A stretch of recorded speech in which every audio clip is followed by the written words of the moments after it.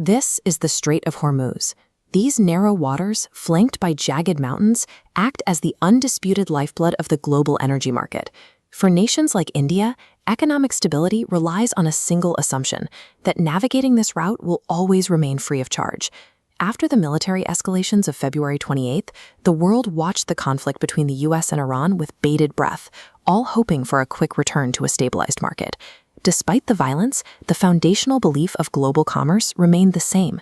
Eventually, the international norm of free passage would resume. But the expected peace deal never came. Instead, Donald Trump announced the US Navy would become the guardian of the strait, imposing a 20% toll on all cargo passing through.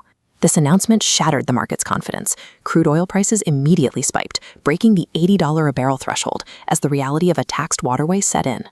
This policy transformed a regional military standoff into an inescapable financial crisis for the entire global economy. The US justifies the fee by pointing to the sheer cost of its military presence. American taxpayers currently fund the aircraft carriers, destroyers, and submarines stationed here to prevent Iranian control. Trump's approach is strictly transactional. He argues that the shipping companies and importing nations benefiting from this security should be the ones paying for it. Look at a single barrel of oil. A $100 base price gets a $20 guardian fee added on top. Buyers now pay $120. This multiplier forces shipping companies to hike rates, pushing the increased expense directly into global manufacturing and supply chains. Ultimately, this toll functions as a direct mechanism for hyperinflation.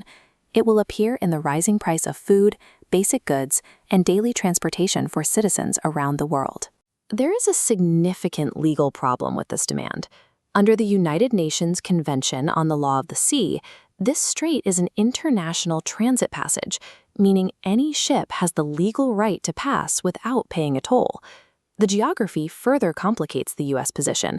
As this map shows, the waterway is bordered by Oman, the UAE, and Iran. The United States is located thousands of miles away. No recognized international mechanism exists that allows a non-bordering third-party military to demand taxes from ships in international waters. The 20% demand effectively replaces established maritime law with a system of military extortion. Iran saw an opportunity in this move. Instead of backing down, they used the American violation of international norms to their advantage. Their counterargument was simple. If a foreign power like the US can charge a toll for security, then the bordering coastal state has an even greater right to charge a fee for revenue. Iran then undercut the Americans entirely. They offered a fair value toll of only 4 to 5%, positioning themselves as the more affordable alternative to the US Navy's 20% fee. By attempting to monetize its military dominance, the US accidentally legitimized a competitive bidding war for control of the strait. Shipping companies now face an impossible choice: pay a 20% fee that violates international law, pay a smaller toll to a sanctioned Iran, or risk caught in the crossfire of a regional conflict. Major buyers like China and India will likely bypass the problem entirely. Instead of paying tolls, they can shift their billions in energy spending toward alternative markets, like this refinery in Venezuela. This massive shift in the supply chain creates a boom for Russian and Venezuelan oil exports, moving the center of the energy trade away from the Middle East. The final irony is clear. This attempt to monetize the world's busiest choke point could permanently fracture the global market, leaving the US Navy aggressively guarding an empty ocean.